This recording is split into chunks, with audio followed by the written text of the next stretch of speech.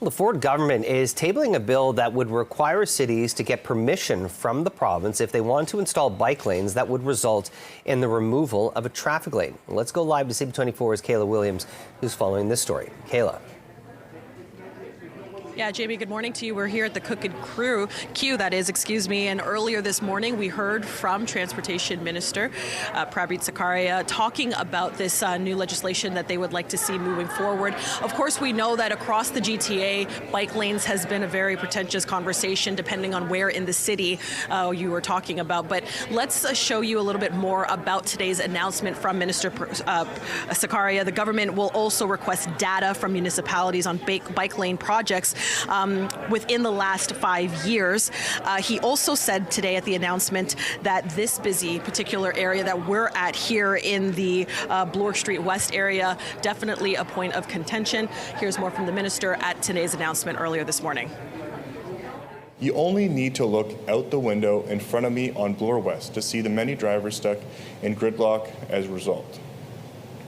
That is why our government is introducing legislation that, if passed, would require municipalities to receive provincial approval before removing traffic lanes to install new bike paths, bringing informed decision-making and oversight to process that is frankly out of control. And joining me live this morning is Cody McCrae, the founder of Balance on Bloor. Cody, quite the turnout here for today's announcement.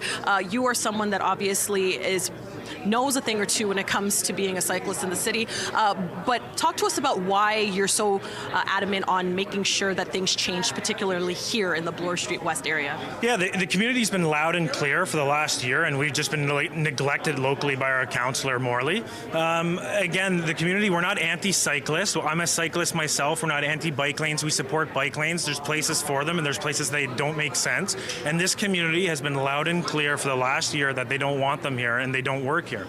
All the businesses are suffering. The emergency response times are increasing. There's numerous problems with it. Just from the humanitarian aspect of people's lives that have been impacted negatively, it's heartbreaking. And again, we're not, we are cyclists. We support cycling, but there's a time and place for it, and this just hasn't worked. And we have, our local Liberal MP, Yvonne Baker, has came out and expressed his concerns about it.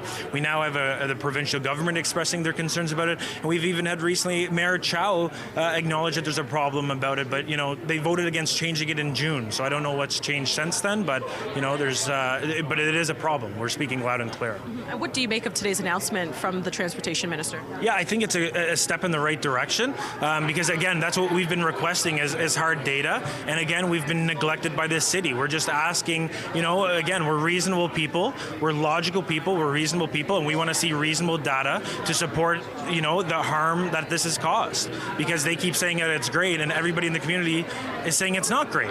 So there's a disconnect. And as a voice of the people in this particular community, what are you hearing from people, from residents, from small business owners, as far as the bike lanes in this stretch of Bloor? That it's awful and it's negatively impacted their lives. The businesses are down, they're suffering.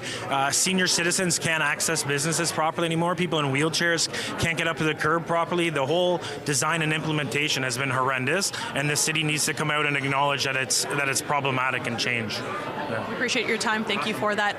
That's Cody McCrae, again, founder of Balance on Bloor. So, Jamie, again, lots of voices and people represented here at today's announcement, as we know from the Minister of Transportation, and we'll have more highlights throughout the morning here on CP24. We'll hand it back inside to you for now. We appreciate the update. Thanks, Kayla.